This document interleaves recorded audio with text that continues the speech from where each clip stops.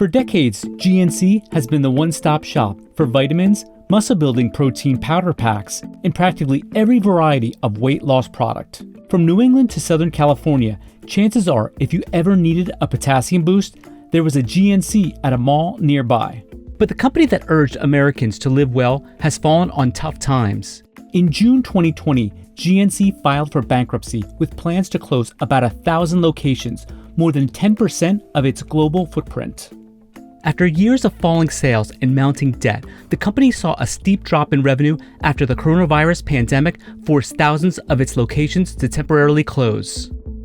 But anxiety around COVID-19 has actually pushed health and wellness concerns to the top of most people's agenda, and that has caused sales of immunity dietary supplements like vitamin C to skyrocket. Health and wellness has become the number one priority for consumers during COVID-19, and supplements are a very key ingredient to a healthy lifestyle. The Nutrition Business Journal, the trade publication for the industry, predicts dietary supplement sales will increase more than 12% in 2020, the highest growth rate for the industry since 1997. I mean, this is a pretty transformational moment for people's consideration of health. There was a long time that supplements were about keeping yourself healthy for when you get old. Now, health and your nutrition is suddenly a right now, right in this moment proposition.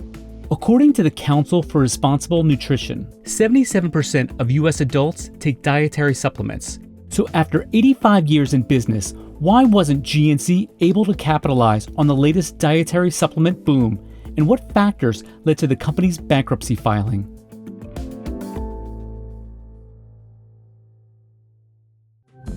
In 1935, David Shakarian, whose Armenian father was said to have helped introduce yogurt to the U.S., opened his first health food store in Pittsburgh, Pennsylvania. The shop was called Lexum. The forerunner to GNC sold honey, yogurt, grains, and healthy sandwiches, and on its first day, sales reached $35, a big number for a business that was starting up at the tail end of the Great Depression. On the heels of that success, Shakarian opened up a second shop. But the business faced a near disaster in 1936 when both stores were wiped out in a flood. Shakarian rebuilt and started a mail order business. By the early 1940s, he had half a dozen locations around Pittsburgh, and in the 1950s expanded further by placing stores inside shopping malls. The most interesting thing about the nutrition business is it's kind of been around forever, but it's always changing. There's always a new toolkit. There's always new technologies coming along with additional proof that you find out something's healthy and you find out exactly what it does. In the 1960s, the brand took the name General Nutrition Centers and increased its customer base as the physical fitness movement and healthier eating habits took hold across the U.S. And by the 1970s, sales of vitamins and other supplements had risen to 50% of the company's revenue. In the 70s, the hippie movement really fed nicely into the natural foods, healthy, your diet makes a difference in your health. GNC went public on the New York Stock Exchange in 1980 at $15 a share and soon grew to more than 1,000 locations. GNC's differentiation was an educated salesperson in the store. And so if you were serious about your health or your fitness, you would go into a GNC and you knew you were talking to a knowledgeable salesperson who could guide you in the right direction. But GNC's profitability took a hit starting in the 1980s. The chain was seeing increased competition from supermarkets and drugstores that were offering customers healthier food options. Thomas H. Lee Partners took the company private in 1989, but just after a couple years decided to take the company public again in the early 1990s. By then, the company had about 1,500 stores, and like its competitors, it was supplying vitamins and herbs to an aging population. As the vitamin and dietary supplement market intensified over the next 2 decades, GNC was sold to a string of buyers. Dutch baby food maker Numico bought the company for $2.5 billion in 1999 and then sold the company a few years later due to slow sales and high debt. In December 2003, investment company Apollo Management bought GNC for $750 million. And in 2007, Ayers Management and the Ontario Teachers Pension Plan acquired the company for $1.6 billion. To solidify its place in the market, GNC moved its muscle-building products to the back and shifted its advertising to focus on women. It also grew proprietary brands like Mega Men and Ultra Mega, which makes more money than selling products that the company doesn't produce. By 2011, more than half the items sold in stores were owned and produced by GNC. Another thing GNC did was make products for third-party vendors like Sam's Club, Drugstore.com, and Rite Aid.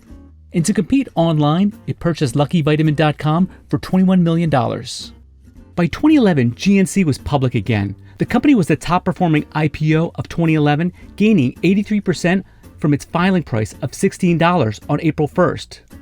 By November 2013, GNC had a peak market share of $5.8 billion, 240% higher than 2011. But the gains were short-lived as the company faced increased competition from online rivals, shrinking margins, and a customer base that was moving towards organic foods. By the end of 2019, GNC's stock price was less than $3 a share, and the company had a market cap below $250 million. In December 2019, GNC had over 7,500 locations. 38% of stores were company-owned and in the US or Canada.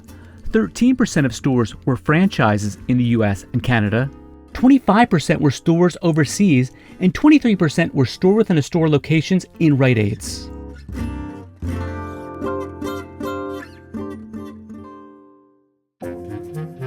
The vitamins and dietary supplement industry in the U.S. is an almost $50 billion market, according to the Nutrition Business Journal. Brick-and-mortar retailers like GNC, The Vitamin Shoppe, and Vitamin World have faced an onslaught of competition from big-box retailers like Walmart and Target, grocery stores like Kroger and Whole Foods, and e-commerce giants like Amazon. I think if you go to a beach and you look at the number of grains of sand, there are probably a similar number of people that are selling natural products.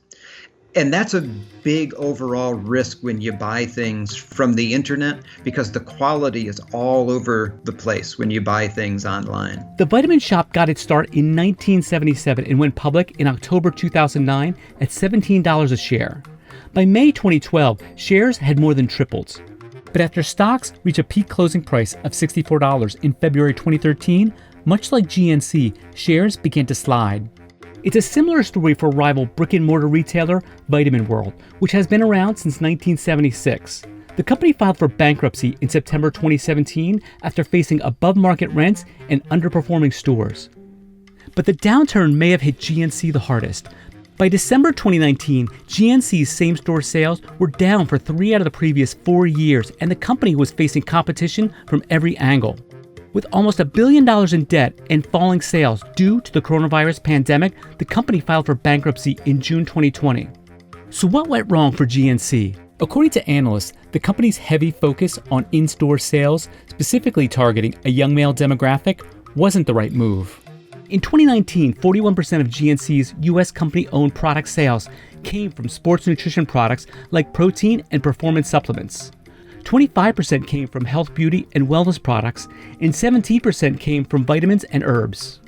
While it does have an online marketplace, today a broader consumer base is shopping for health and wellness products online and at big box stores. And while GNC might have failed to fully embrace the move from sports nutrition to health and wellness prior to COVID-19, it is trying to capitalize on the country's newfound health craze now. In a video on the company's website, GNC's Vice President of Global Research Development and Innovation discussed coronavirus, its symptoms, and ways to boost your immune system with products like vitamin C, zinc, probiotics, and protein. The company added that the supplements could not prevent or treat COVID-19. None of these supplements will prevent or treat COVID-19. In a statement provided to CNBC, the company said GNC's Chapter 11 filing in North America has allowed us to accelerate our business strategy and preserve business continuity for the benefit of our employees, customers, and partners.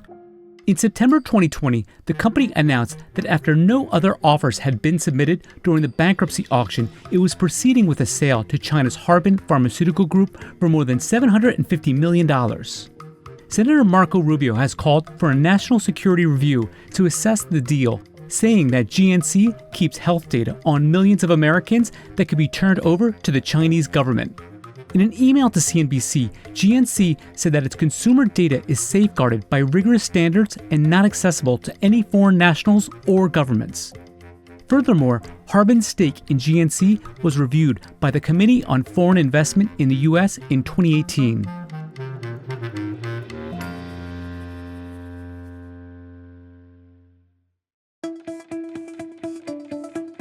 US, dietary supplements are not regulated like drugs and do not need to be tested for efficacy or safety before they are sold online or in stores.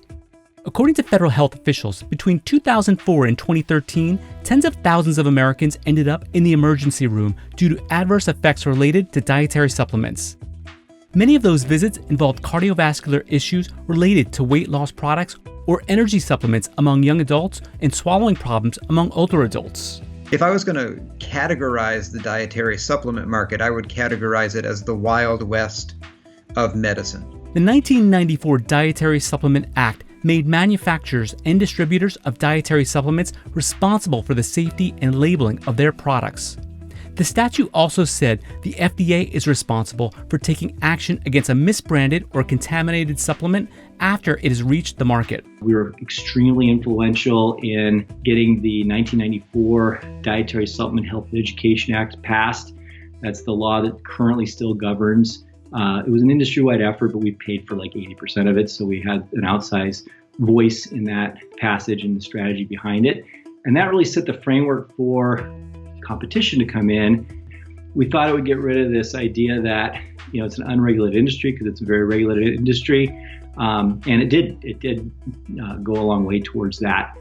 After the law passed, the number of dietary supplements in the U.S. skyrocketed from about 4,000 in 1994 to more than 90,000 in 2014. The reality is that since nobody knew what was in the product or what wasn't in the product, and the main thing that people were looking at was whether or not it contained on the label what it was that they wanted and the price point of that product, that people were buying substandard products for years. And there was actually a tremendous amount of fraud and abuse in the system.